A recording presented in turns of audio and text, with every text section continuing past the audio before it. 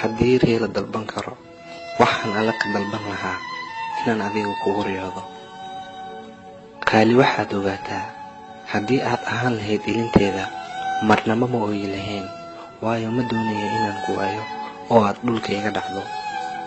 Xabiibti, haddii aad tahay qofka labaad ee aan jeclahay, haddaba waa kii qofka koowaad ee aan kaa jeclahay? Jawaabtu waxa ay tahay maba jirto. Mar waliba adiga ayaa ii ah qofka koowaad ee aan jeclahay. Magacaaga ayaan ku xardhay oo aan ku shabadeeyay xabadkayga.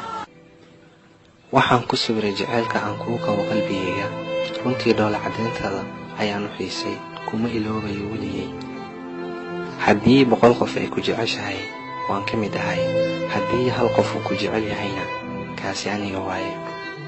Macaan badanay qaado indhahayga, balse ii ogolow marka hore inaan kugu arko.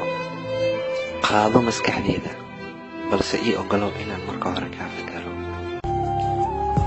Qaado gacmahayga, balse ii ogolow inaan kugu taabsado. Balse ha isku dayin inaad qaadato qalbigayga, maxaa yeelay hore ayuu dhankaada u jiray. Waxaad tahay tuug weyn, waayo wadnahayga ayaad xaday.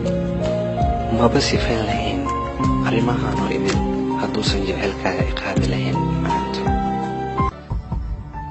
Aad iyo aad ayaan kuu jeclahay. Waxaad tahay nolosheeda iyo qalbigayga.